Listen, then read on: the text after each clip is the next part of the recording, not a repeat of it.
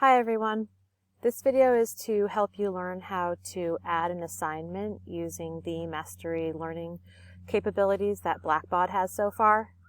And for some of you, this is just going to be a new way of doing things in Blackbaud, and for others, it's going to be the first time that you're using Blackbaud's gradebook. And that was the case for me specifically because it's the first time that I've engaged with this software. So if you go into Assignments, you would click Add,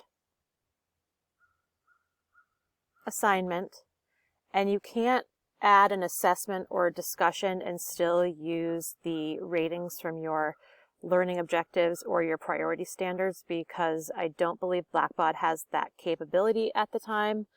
If one of you manages to be able to do that, it would be great if you let me or Lisa or Tim know so we can share that with the rest of the faculty.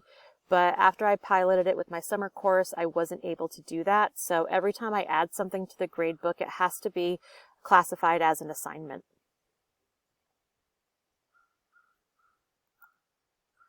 And then just as you would normally, you just put a title for your assignment, and I'm going to put this as sample 2 because I already have sample 1 in there. I want to be able to select from all assignment types, and I'm going to put this one in as a project set. Sorry, a problem set. It's going to be added to the gradebook, and I'm going to say PD problem set 2. And then if I want it to be formative and not to contribute to the decaying average that Blackbaud is calculating, I would click formative. If I want it to be a summative assessment where Blackbaud does allow it to contribute to the decaying average, I don't have to click anything at all. And then I need to select the skills that I want to evaluate. And for all of our courses, those are organized as learning objectives.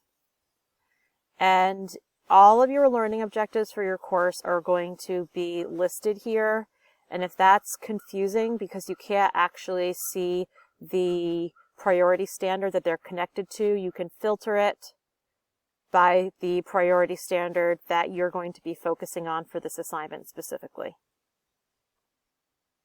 So because I'm using all of them, I'm just going to choose 4 here at random.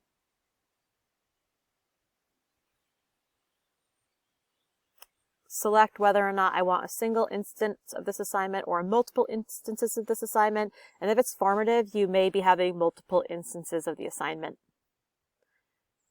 And then I'm just going to go back to when my course was actually running and select a 2-day window for the assignment. And then you can see it come up in your assignment list for your course.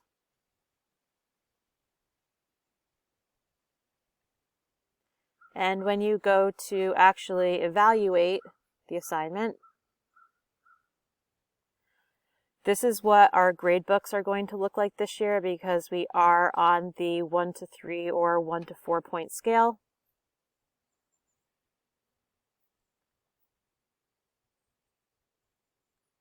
And this is the one that I just added.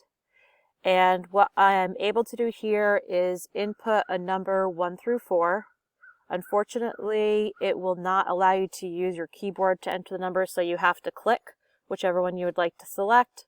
But it does allow you to bulk evaluate. So if I knew that everyone had reached proficiency on being able to create a smooth progression of experiences and events, I could just bulk evaluate with a 3 and add it. And then if I wanted to get more specific, I could add comments to individual students' work. And that would appear as a little blue bubble here. So I'm just going to quickly bulk evaluate the rest of these.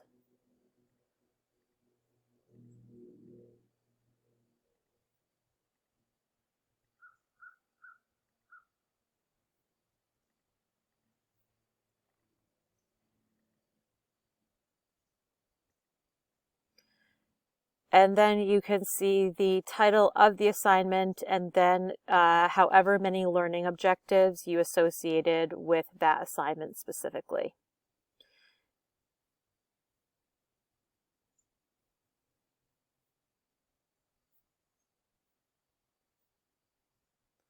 So then if we were to go back in to look how a student did on these two problem sets that I just inputted, I would go to the roster, go to the student whose progress I wanted to look at, click View Profile, click Learning Progression, make sure that my class is the one that's selected,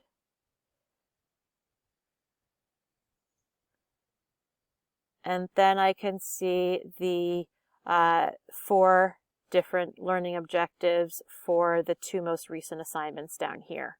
And if I click on this, I can see that this student's decaying average would be a 2.7, and that the most recent evaluation was prioritized over the evaluation that took place a week earlier.